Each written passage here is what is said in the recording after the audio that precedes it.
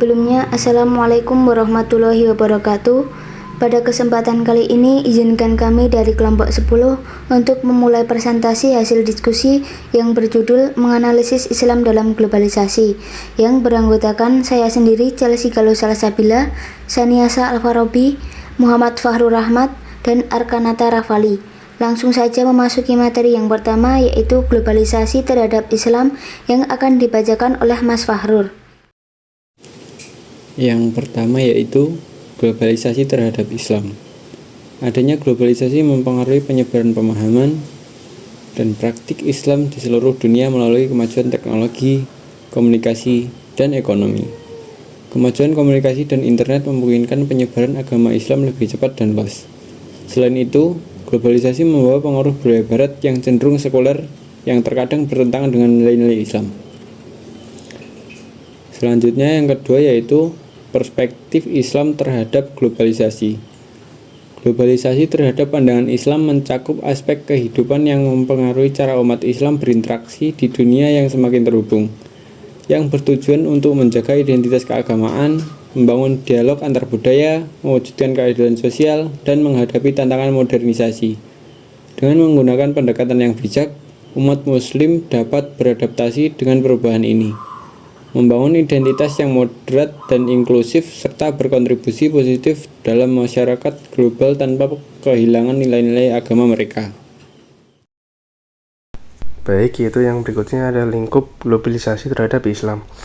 Globalisasi merupakan proses integrasi dan interkoneksi antar negara dalam berbagai aspek kehidupan yang dipengaruhi oleh perkembangan teknologi, komunikasi, dan ekonomi. Berikut adalah beberapa aspek utama globalisasi. Yang pertama, aspek ideologi dan nilai, yaitu globalisasi memungkinkan berbagai ideologi dan nilai seperti demokrasi, hak asasi manusia, dan liberalisme. Lalu yang kedua, aspek ekonomi yang ditandai dengan perdagangan bebas, investasi antar negara, dan dominasi pasar global oleh perusahaan multinasional. Yang ketiga, aspek politik dengan adanya politik global semakin dipengaruhi oleh organisasi internasional seperti PBB. Globalisasi memungkinkan negara-negara bekerja sama dalam menangani isu global seperti terorisme dan hak asasi manusia. Yang keempat, aspek sosial budaya, yaitu pertukaran budaya terjadi melalui film, musik, dan gaya hidup.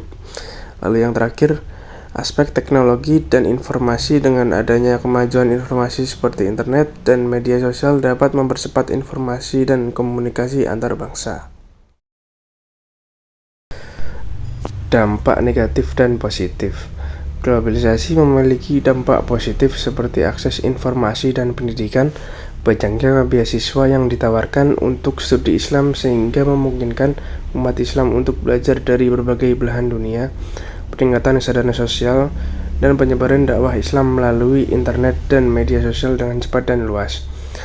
Globalisasi juga memiliki dampak negatif seperti erosi nilai budaya dan agama, komersialisasi agama seperti munculnya ustadz-ustadz instan yang lebih mementingkan popularitas dibandingkan keislaman yang sejati, dan meningkatnya Islamfobia seperti meningkatnya prasangka negatif terhadap Islam terutama di negara-negara bagian barat.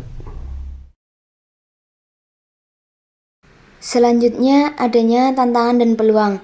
Tantangan globalisasi meliputi sekulerisme, yaitu sering dianggap sebagai ancaman terhadap nilai-nilai Islam, karena sekulerisme berusaha untuk memisahkan agama dari kehidupan publik. Selain itu, westernisme dapat mengancam identitas agama, serta adanya westernisasi budaya barat juga mempengaruhi cara berpikir dan perilaku umat Islam, terutama di kalangan generasi muda.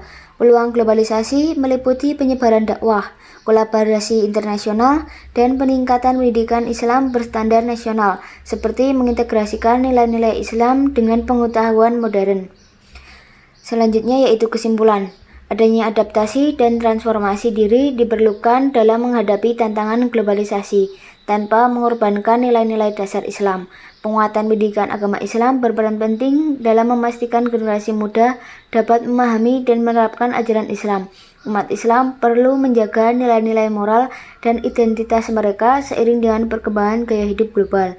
Kurikulum pendidikan agama Islam harus diperkuat untuk menanamkan pemahaman yang mendalam tentang nilai-nilai Islam. Pemanfaatan teknologi, informasi, dan komunikasi diperlukan untuk menyebarkan ajaran Islam dan menanggapi isu-isu kekinian.